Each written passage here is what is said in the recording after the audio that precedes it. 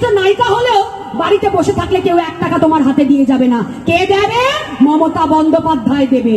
সেই জন্যেই মা মাটি মানুষ মমতা বন্দ্যোপাধ্যায়কে ভোট দেবে, নির্বাচিত করবে চতুর্থবারের জন্য। তারা সোজা পথে ঢুকতে পারে না, তারা রাজনৈতিক ময়দানে তাকে হারাতে পারে না। তারা কি করবে? এনআরসির ভয় দেখাবে। তারা কি করবে? SIR। আমাদের জেনারেল সেক্রেটারি, আমাদের যুব আইকন অভিষেক বন্দ্যোপাধ্যায় তিনি বলেছেন যে SIR-টা হচ্ছে সাইলেন্ট ইনভিজিবল রিগিং।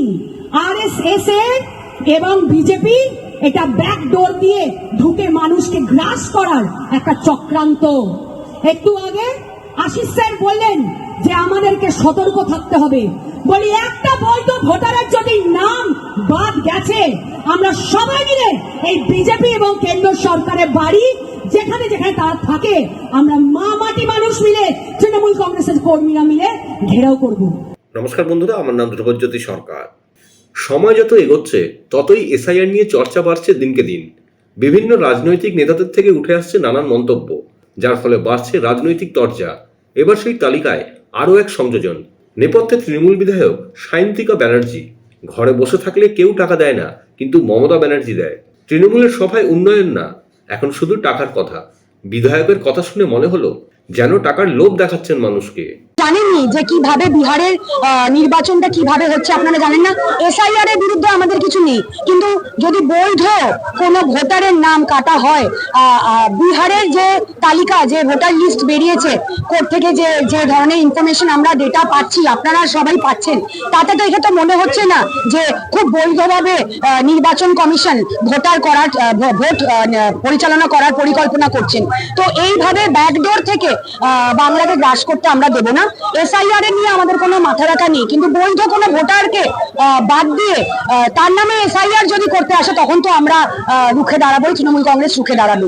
নায়িকা হলেও বাড়িতে বসে থাকলে কেউ 1 টাকা তোমার হাতে দিয়ে যাবে না। কে দেবে? মমতা বন্দ্যোপাধ্যায় দেবে। সেই জন্যেই মা মাটি মানুষ মমতা বন্দ্যোপাধ্যায়কে ভোট দেবে, নির্বাচিত করবে চতুর্থবারের জন্য। তারা সোজা পথে ঢুকতে পারে না, তারা রাজনৈতিক ময়দানে তাকে হারাতে পারে না। তারা কি করবে? এনআরসির ভয় দেখাবে। তারা কি করবে? SIR। আমাদের জেনারেল সেক্রেটারি, আমাদের যুব আইকন অভিষেক বন্দ্যোপাধ্যায় তিনি বলেছেন যে SIR-টা হচ্ছে সাইলেন্ট ইনভিজিবল রিগিং। RSS এর এবং বিজেপি এটা ব্যাকডোর দিয়ে ঢুকে মানুষকে গ্রাস করার একটা চক্রান্ত। একটু আগে আশিস স্যার বললেন যে আমাদেরকে সতর্ক থাকতে হবে।